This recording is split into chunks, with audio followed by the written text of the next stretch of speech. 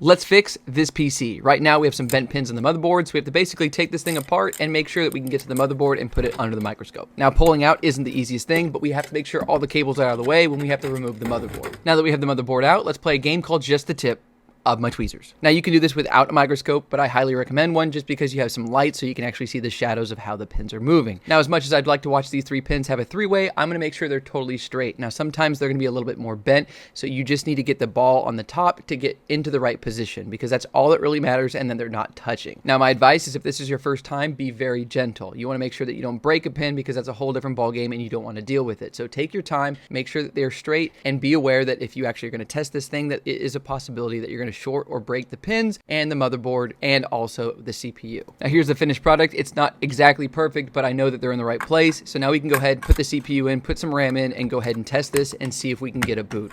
Hopefully we can cross our fingers and not short and blow up everything, but here we go.